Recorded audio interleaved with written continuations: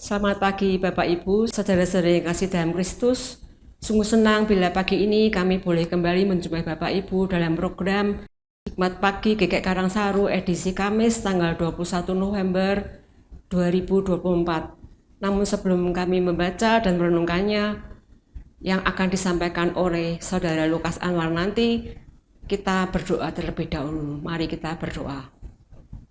Bapa kami yang di surga, Bapa yang penuh kasih, terima kasih Tuhan bila hari ini Kau berikan kami berikan kesempatan kami boleh kembali menghadap ke hadirat-Mu dan kami boleh menjalankan aktivitas kami sepanjang hari ini kembali. Dan sebelumnya karena kasih-Mu kami boleh mendengar sebagian dari sabda-Mu. Kiranya Tuhan curahkanlah Roh Kudus-Mu sehingga kami boleh mengerti akan sabda-Mu dan juga untuk Saudara Lukas yang akan menyempurnakan sabda-Mu. Sehingga biar hidup kami boleh berkenan di hadirat-Mu dan boleh selalu memuliakan nama Tuhan karena kami boleh menjadi berkat dimanapun kami berada.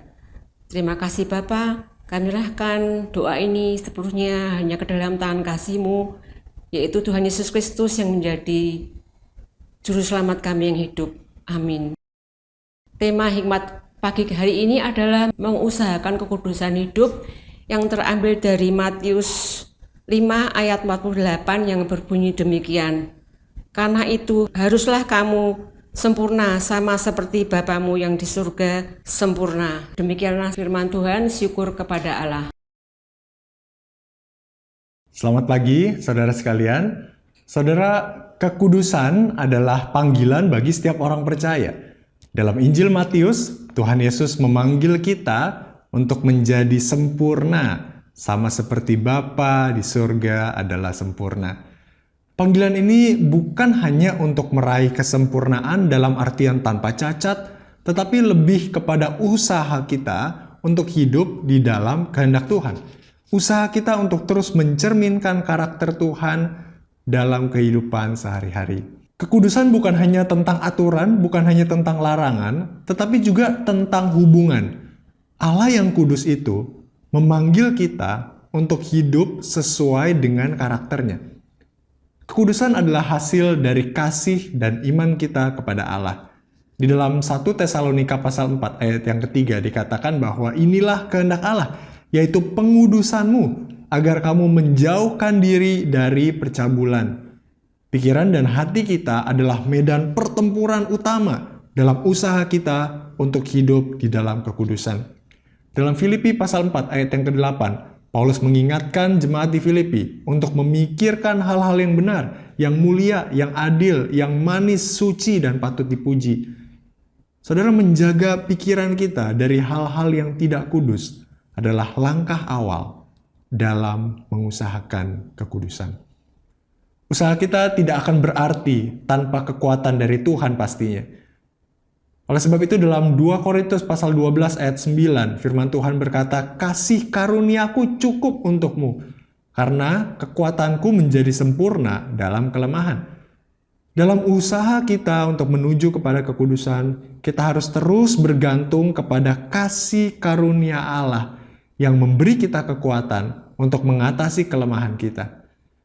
Kekudusan juga berarti kita hidup dalam kasih dan dalam pengampunan. Dalam 1 Yohanes pasal 4 ayat yang ke-7, kita diingatkan untuk saling mengasihi karena kasih berasal dari Allah. Hidup dalam kasih berarti memaafkan, berbelas kasih, menunjukkan cinta kepada orang lain sebagaimana Tuhan telah mencintai kita. Mengusahakan kekudusan adalah perjalanan yang memerlukan kesadaran bahwa kita tidak sempurna dan seringkali kita sering jatuh dalam dosa. Namun, kita tidak sendirian. Dalam 1 Yohanes pasal 1 ayat yang ke-9, kita diberitahu bahwa jika kita mengaku dosa kita, maka Allah adalah setia dan adil. Dia akan mengampuni segala dosa kita. Dia akan menyucikan kita dari segala kejahatan. Jadi jangan pernah lelah untuk mengusahakan kekudusan hidup. Dan mari kita terus melangkah bersama Allah dengan kekuatan yang dari Allah. Saudara, ingatlah bahwa mengusahakan kekudusan hidup adalah perjalanan sepanjang hayat ini bersama dengan Allah. Amin. Mari kita berdoa. Ya Tuhan, Engkau telah memanggil kami untuk tidak hanya menjalankan apa yang menjadi peran kami sebagai orang percaya, tetapi juga Engkau memanggil kami untuk hidup kudus. Tuhan, tolong setiap kami yang telah ditebus ini, Tuhan pimpin kami agar kami diberikan kekuatan dan juga kesadaran untuk terus menjaga kekudusan kami. Ampuni ya Tuhan kalau kami seringkali lebih memilih kenikmatan hidup kami, kenikmatan dunia dibandingkan perintah Tuhan untuk hidup kudus. Di dalam nama Tuhan Yesus kami berdoa. Amin. Saudara, selamat pagi, selamat menjalani aktivitas panjang hari ini dalam anugerah Tuhan. Teruslah jaga kekudusan hidup kita. Dan kiranya Tuhan memberkati.